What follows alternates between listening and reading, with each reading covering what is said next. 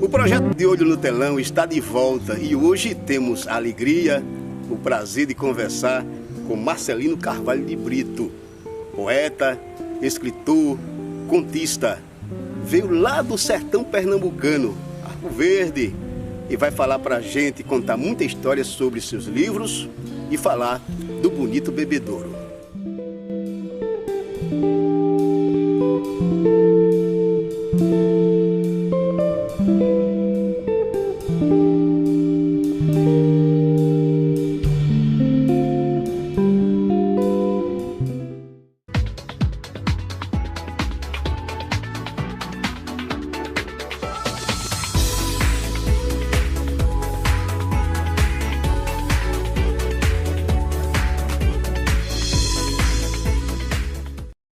Marcelino, que prazer, que alegria ter você falando neste microfone, Projeto De Olho no Telão. Kiko, para mim é uma satisfação imensa. Às vezes que fui chamado por você, não pensei duas vezes, e principalmente quando nós vamos falar do nosso querido bairro de Bebedouro, né? Hoje tão sofrido, né, com essa destruição que fez com que todos os moradores tivessem que migrar, né? Deixou aqui sua história, né? Mas nós vamos guardar em nós, Kiko, não o lado material, isso vai passar, mas o lado imaterial. Esse lado imaterial que essa empresa nos tomou, isso não tem preço, né? É muito difícil para nós que moramos aqui por cerca de 50 anos, estarmos começando novamente uma vida em outra localidade que não era a nossa, né? Meus filhos foram criados aqui, eu me casei aqui na paróquia de Santo Antônio, né, com o nosso Dom Iório, na época ainda padre, né? Meus filhos foram batizados aqui, estudaram aqui, toda a minha vida foi aqui na Praça Lucena Maranhão. E de repente nós fomos obrigados a sair e deixar toda essa história. Mas nós que escrevemos, nós que contamos histórias, essas histórias nos acompanham, né? E é isso que eu venho resgatando.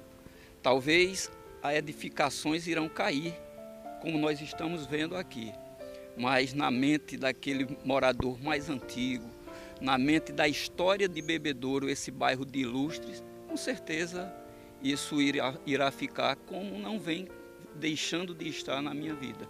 Então Bebedouro é isso para a gente.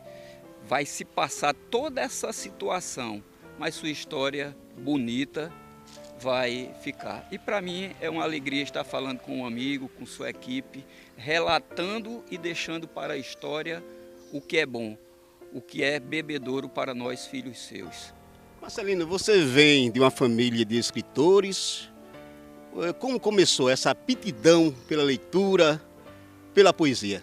Veja bem, Kiko, eu tenho tias que escrevem, mas nunca quiseram relatar as suas histórias em livro.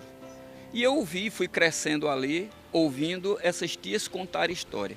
Tanto é que a minha primeira história, o meu primeiro livro foi O Coração e Alma Sertaneja, Contos, Homenagens e Recordações. O que foi isso? O que foi essa obra para mim?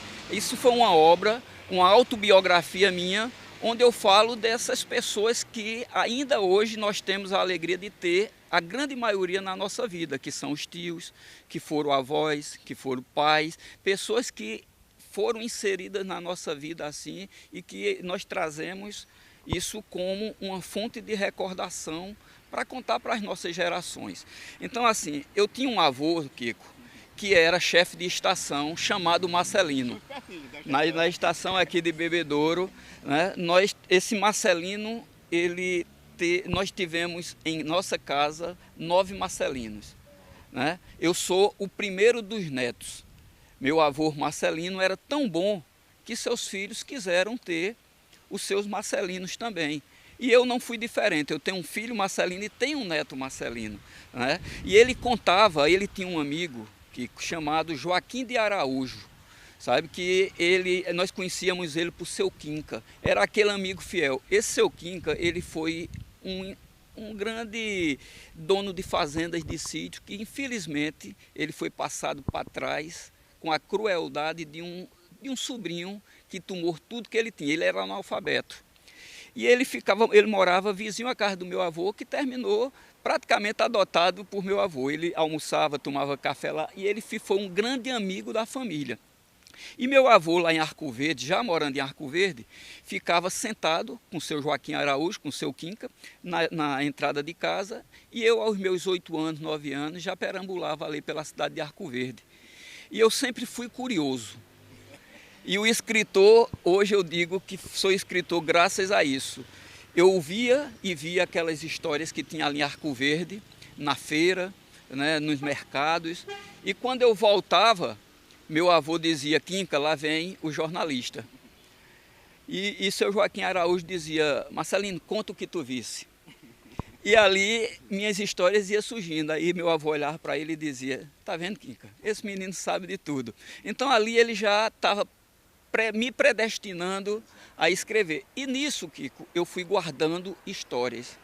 História, pois assim, eu nasci em um povoado, que por isso que eu digo que eu sou um verdadeiro sertanejo pernambucano. Por quê? Arco Verde é o portal do sertão de Pernambuco. Você chega em Arco Verde, você está entrando no sertão de Pernambuco.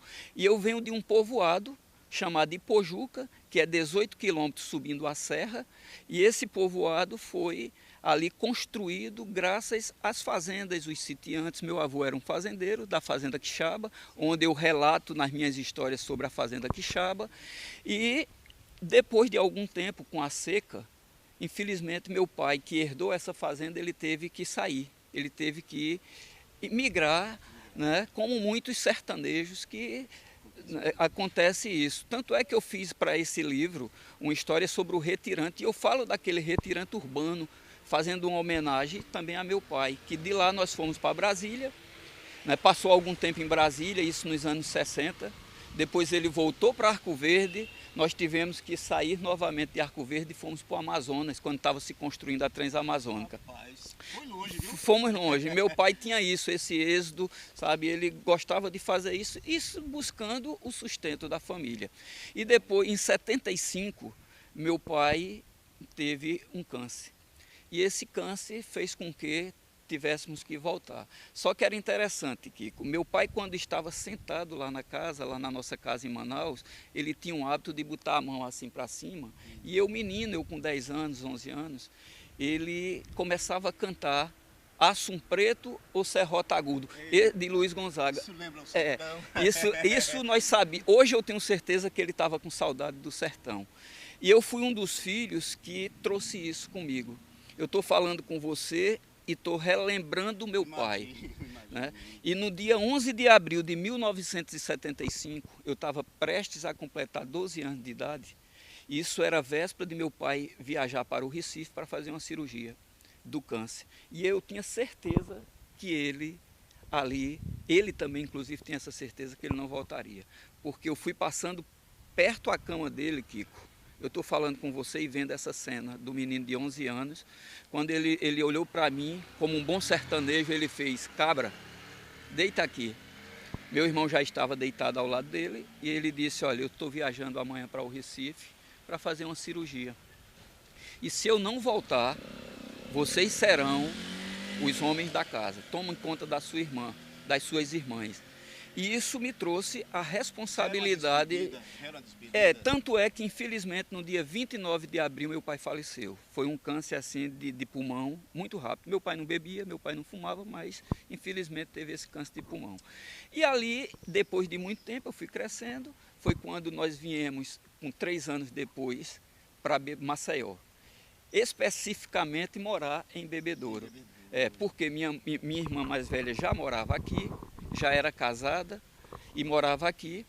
E minha mãe também, com 44 anos, ela soube que ela estava com um câncer de fígado, e veio se tratar aqui. E eu, por ser o filho mais novo, tinha que vir. Vim chorando, Kiko. Deixei o meu sertão chorando, né?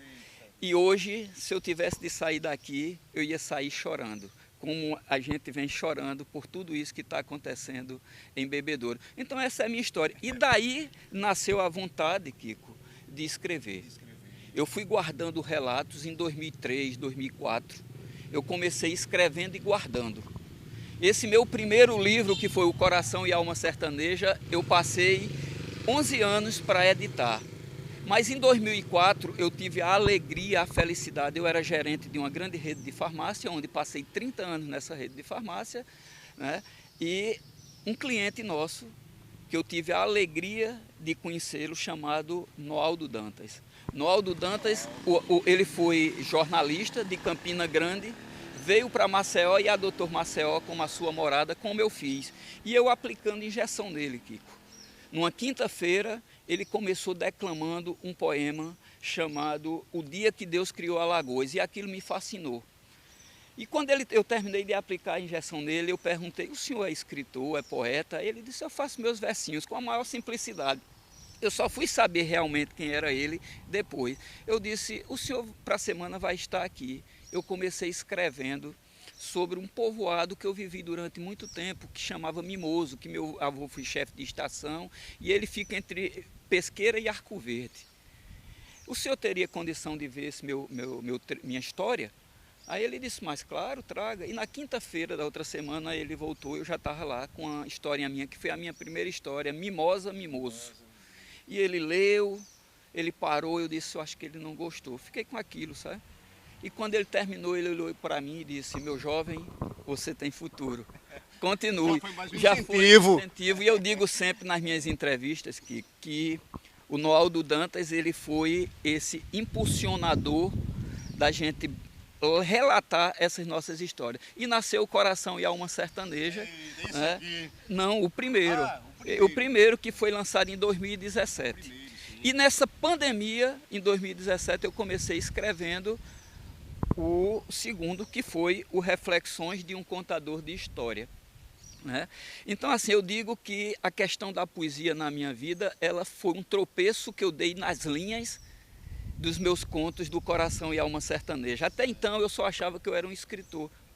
Né? E aí eu comecei escrevendo, e quando foi em 2020, em plena pandemia, eu lancei o Reflexões de um Contador de História. Eu não coloquei nem poesias, né, que eu poderia ter botado aqui, poesias de um contador de história, mas eu não me achava um poeta. Né? E através da editora Performance, aqui de Arapiraca, o primeiro livro, na verdade, eu lancei através da Graciliano Ramos, da Gráfica do Estado, também muito boa, mas eu quis valorizar, sabe, assim, porque tanto o Nordeste, tanto o Sertão, quanto o Agreste Alagoano, ele vem se desenvolvendo na literatura muito. E a editora Performance vem fazendo isso com seus autores. Né? E ela me deu a oportunidade de escrever o Reflexões de um Contador de História, que eu lancei em junho de 2020. Então, Marcelino, você falou em Arapiraca, tenho certeza que Arapiraca já lhe adotou, além de você fazer parte já da Academia Maceiense de Letras. Sim. A coisa está indo de uma maneira, Kiko, que assim, eu não esperava. Sim. O meu primeiro livro, O Coração e Alma Sertaneja, eu fui convidado para dar uma entrevista na TV Assembleia pela grande Cláudia de Bulhões, e depois o Chico de Assis. Grande Chico de Assis. Também. E eu não sabia que essas minhas histórias, até então, eu queria escrever para mim. Mas as pessoas começaram a se ver nas histórias como se fosse dela. Né? E isso foi me levando, mais um impulso, sabe? Foi me levando. E eu recebi o convite de Cláudia de Bulhões para adentrar e participar da Academia Maceiense de Letras, onde eu tenho o orgulho de ser um dos seus membros desde 2018. E, como nós falamos aqui, Arapiraca, com essa expansão literária, ela hoje, grande Arapiraca, o seu povo maravilhoso, e a literatura está tomando conta de toda aquela região, agreste, estendendo já para o sertão. Né? E Arapiraca tem a representação da União Brasileira de Escritores Regional Arapiraca, que a presidente é de lá, a Carla Emanuele, e eu recebi o convite de ser um dos membros efetivos da União Brasileira de Escritores, com muita honra, que agora em março eu também tomei posse. Então você vê como é que de uma historinha pequena ela foi crescendo, então hoje eu já terminei o segundo livro e já estou no final do terceiro livro, que será o Expressar de Sentimentos. E muitos que ainda virão. Acredito que sim, sabe, porque nós temos essa empolgação e a poesia ela vem tomando conta, né? Hoje eu já digo que eu posso dizer a você que sou um poeta porque eu venho escrevendo poesias livres. Aquela poesia sem a preocupação da métrica, sabe, da rima, mas uma poesia onde tem o meu sentimento, a minha história. Quem ler minhas histórias vai me conhecer, vai saber que ali tem uma pessoa, um sertanejo, né, com sentimento, com alma, que gosta, sabe, e é saudoso, né? Por isso que assim, minha matéria-prima, Kiko, nesses últimos anos, foi Bebedouro. Bebedouro, por isso que eu venho dizendo, isso é imaterial o que estão fazendo conosco, sabe? Porque eu tenho hoje história da Lagoa Mundaú, nós temos história do trem, né, do Estrela Radiosa.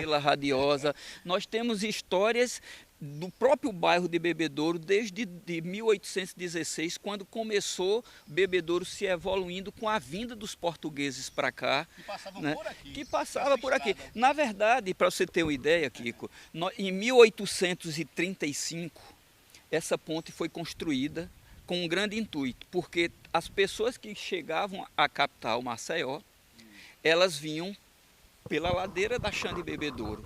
Todas as riquezas que vinham pelo tabuleiro, elas vinham por Bebedouro para chegar a Jaraguá, o porto, para ir, né, se desenvolvendo por ali. E o que era que acontecia?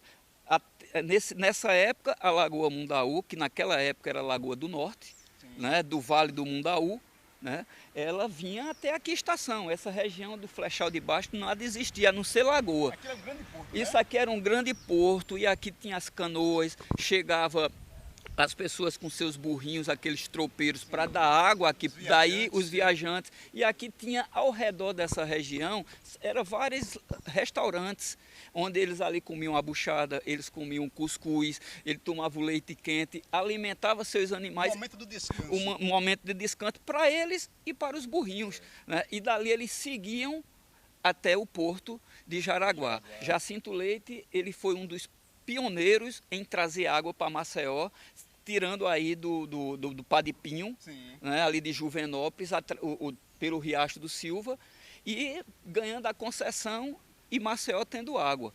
Aqui os grandes empresários que aos poucos já vinham, eles eram iluminados suas casas ali com carbureto, né, com carbureto. E o comendador Jacinto Leite, ele trouxe isso para Bebedouro, ele trouxe a casa de ferragens, que foi a primeira casa de ferragens aqui de Maceió, que era ali no centro. Depois, lá na frente, isso já em meados de 1900, no começo do século XX, final do século XIX para o século XX, ele foi um dos acionistas da Catu, da Companhia de Trilhos, né, urbanos, né, de tração animal, né, que aí ele trouxe os burrinhos que traziam os bondes e depois foi feito aqui no Mutange, na Cambona, uma grande cocheira para que os animais ficassem ali, que eles faziam as interligações com Jaraguá, com o Martírio, com a Praça dos Palmares e trazendo o bonde já para a Praça Lucena Maranhão, que ali findava, né? E isso, as grandes festas começaram a acontecer também aqui, né? Os grandes industriais usavam Bebedouro, né, como veraneio, né? Nós tínhamos aqui essa lagoa limpa. Era um bairro de luxo. Era um bairro de luxo. Nós tivemos aqui deputados, vereadores, grandes industriais, como foi o dono da Cachoeira do Merins. Nós tivemos aqui o próprio Jacinto Leite, que depois de algum tempo, ele adquiriu aquele solar que as pessoas acham que foi dele, mas não foi. Esse solar, ele foi adquirido pelo presidente da província, que era um paraibano, antes dele, e depois ele comprou. Em cerca de 1870, para ser mais preciso, conta-se que Bebedouro tinha cerca de 150 casas só. Isso em 1871. 1891, Bebedouro já tinha 380 casas e isso aqui era rodeado de sítios, né? Dona Amália, que depois teve, hoje é o sítio ali que foi o sindicato, né, dos professores. Ali era um grande sítio de Dona Mara, que era uma grande mulher naquela época, sabe, dessa região, de uma família muito bacana. E naquela época, Kiko, Bebedouro, em 1872, foi construída a capelinha de Nossa Senhora da Conceição. Muita gente não sabe, mas a primeira padroeira de Bebedouro foi Nossa Senhora da Conceição. Que tem a igreja aqui, isso construído em 1872. Em 1873 começou a construção da nossa capela de Santo Antônio. E como os portugueses, o Jacinto Leite já tinha comprado ali, tinha alguns portugueses morando aqui, eles tinham como padroeiro Santo Antônio de Pádua, né? E eles quiseram reconstruir, fizeram uma capela em 1873, né? Que foi em 1875 concluída a capela, e que em 1913 eles conseguiram, o bispo Dom Manuel conseguiu transformar a nossa capela já de Santo Antônio na matriz de Santo Antônio que nós hoje temos aí. E um dos seus primeiros párocos, né, que foi o padre, se não me falha a memória, padre Belarmino, que foi o primeiro padre da coisa, mas antes teve o Costa, né, o Cônego Costa, que dá nome exatamente a essa rua. A principal. O Cônego Costa também, ele era jornalista. Ele criou uma tipografia e tinha um jornal, ele era político também, que naquela época os padres tinham sua influência muito forte na política, né? Eles chegaram, quiseram inclusive caçar ele, fechar a tipografia dele, mas ele relutou. Quando foi em 1889 ele veio a falecer. Só que ele tinha algumas terras aqui em Bebedouro, inclusive quando o comendador Jacinto Leite comprou aquela casa, ele estava agoniado porque o cemitério de Bebedouro era na Praça Lucena Maranhão. E ele dizia que não queria morar em frente aos mortos. E aí juntou uma comitiva e junto com o Cônego Costa foi cedido aquele terreno que hoje é o cemitério de Bebedouro, que até 1956 a igreja, a paróquia de Santo Antônio, o padre, ele tomava conta dali. Depois o município tomou conta, que como está até hoje. Ô Marcelino, que história bonita. Você é um grande poeta, parabéns, tá bom? O livro de sucesso é esse, Reflexões de um Contador de Histórias, porque você tem muitos livros escritos.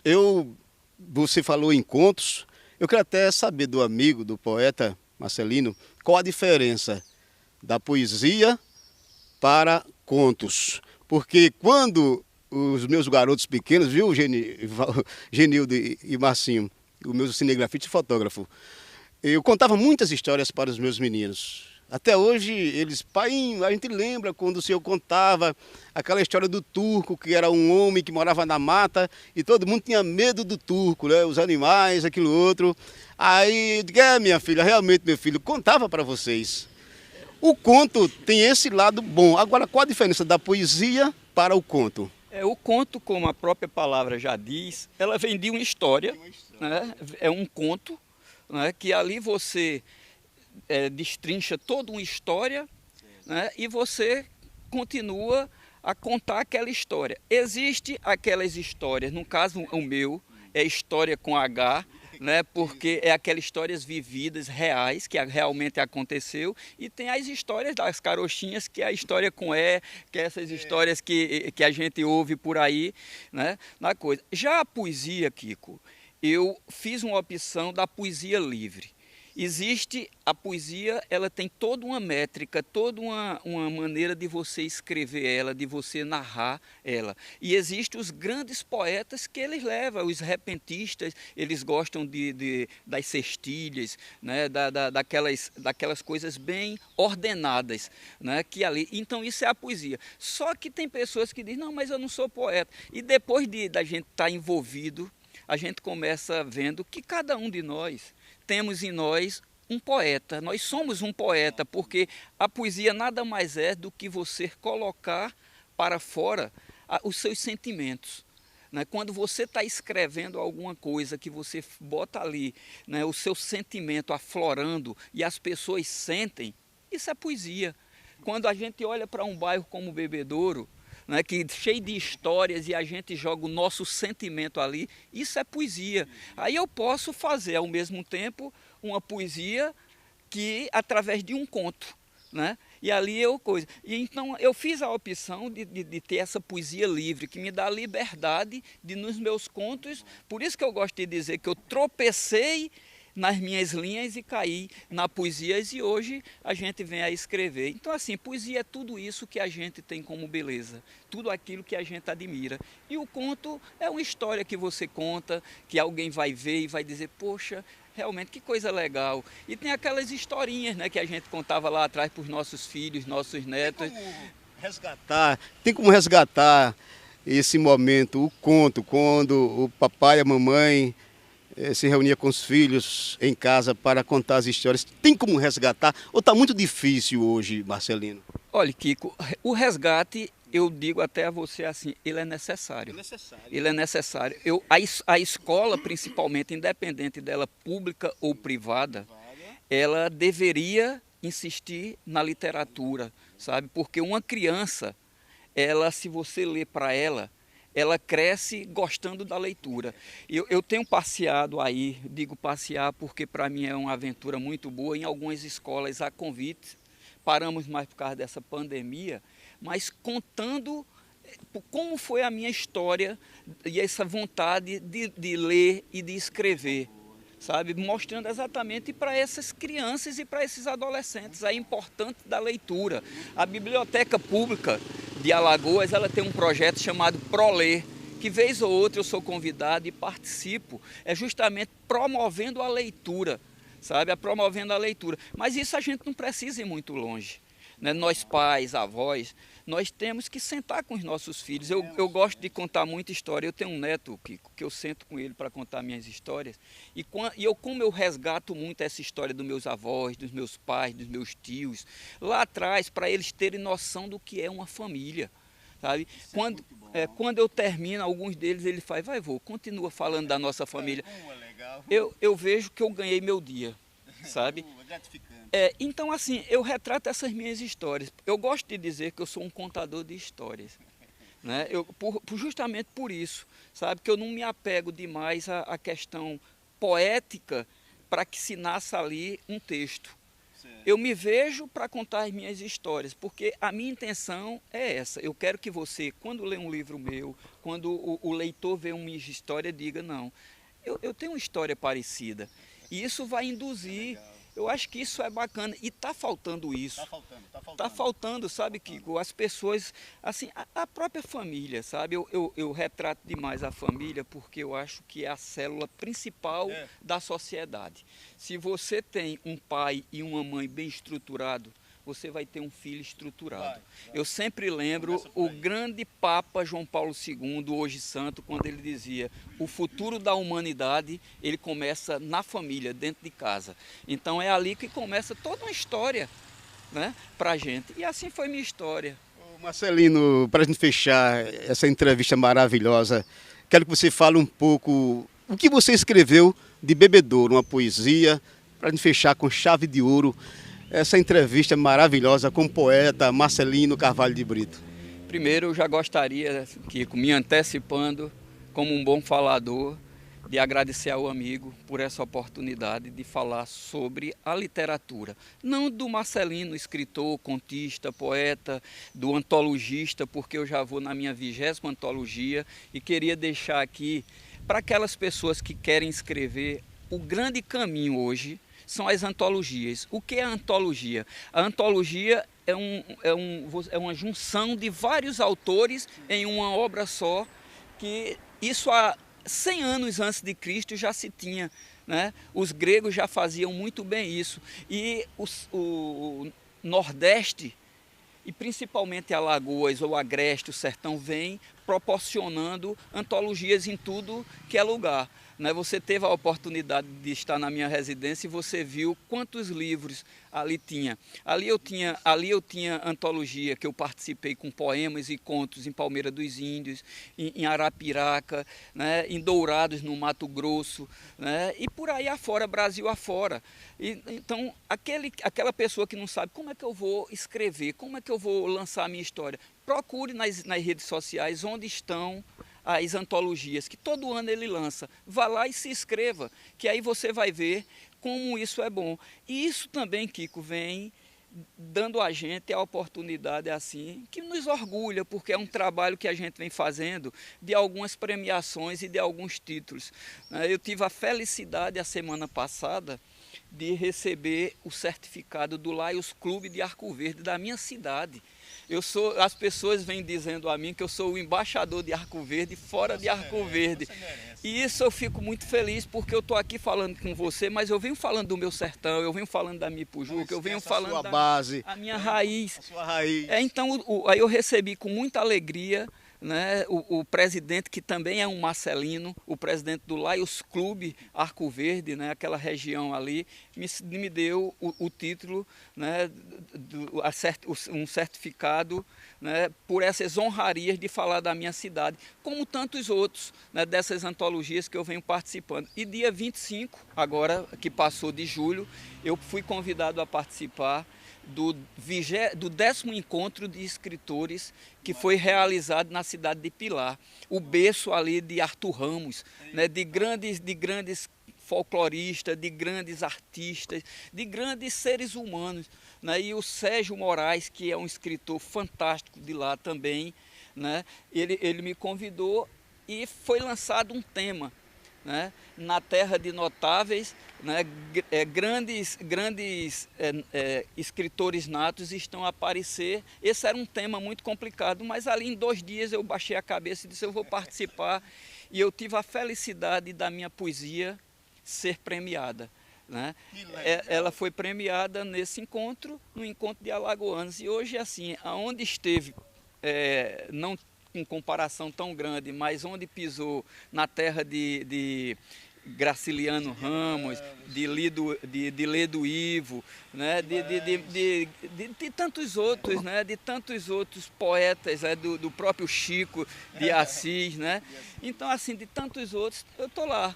Eu estou fazendo a minha parte, contando a minha história, e eu gostaria... Bebedouro, quero ouvir do grande poeta Marcelino sobre Bebedouro para a gente fechar essa matéria. Eu vou, como nós estamos aqui próximo à estação ferroviária, essa estação ferroviária, Kiko, ela foi construída em 1874. Por quê?